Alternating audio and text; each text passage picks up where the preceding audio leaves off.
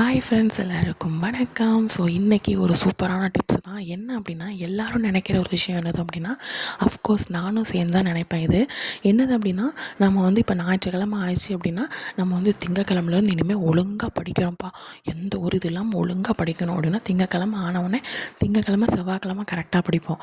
புதன்கிழமை ஏதாச்சும் ஒரு பிரச்சனை வந்துடும். நமக்கு பிரச்சனை பண்ணதுக்குன்னே நிறைய பின்னாடி நிறைய இருக்கும்.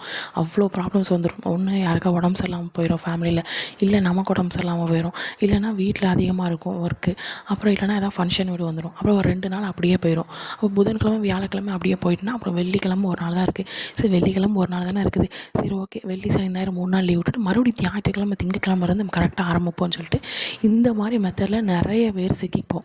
அதுவும் ஹவுஸ் ஒய்ஃபாக இருக்கிறவங்க ரொம்ப ரொம்ப இந்த மாதிரி ப்ராப்ளத்தில் வந்து சிக்கிப்போம். ஓகேங்களா? ஸோ இதில் தான் சொல்லுவாங்க கன்சிஸ்டன்சி அப்படின்னு சொல்லுவாங்க. அதாவது டெய்லி படிச்சுட்டே வர்றது வந்து ஆஃப்கோர்ஸ் வீட்டில் சும்மா இருப்பாங்க, அதாவது வந்து ஸ்டடி தான் அவங்களோட ஃபோக்கஸ், வேறு எதுவும் இல்லை, அதாவது வீட்டு வேலை குழந்தைங்கள பார்க்குறது எந்த ஒரு வேலை இல்லை அப்படின்னா அவங்களுக்கு வந்து அது கரெக்டாக இருக்கும். பட் நம்மள மாதிரி ஆட்களுக்கு வந்து கன்சிஸ்டன்சி அப்படிங்கிறது வந்து படிப்பை 2 நாள் விட்டாலும் 3ஆவது நாள் எடுத்து படிக்கணும். ஓகேங்களா? ஸோ இதுதான் ஹவுஸ் ஒய்ஃபை பொறுத்தவரை கன்சிஸ்டன்சி அப்படிங்கிறது இதுதான். ஓகேங்களா?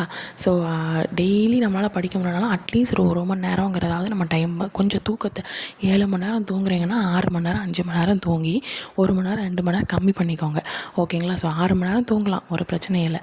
ஓகேங்களா? ஸோ தூக்கத்தை கொஞ்சம் கம்மி பண்ணுங்கள், கன்சிஸ்டன்சி அதிகரிங்க, நல்லா படிங்க. ஓகேங்களா?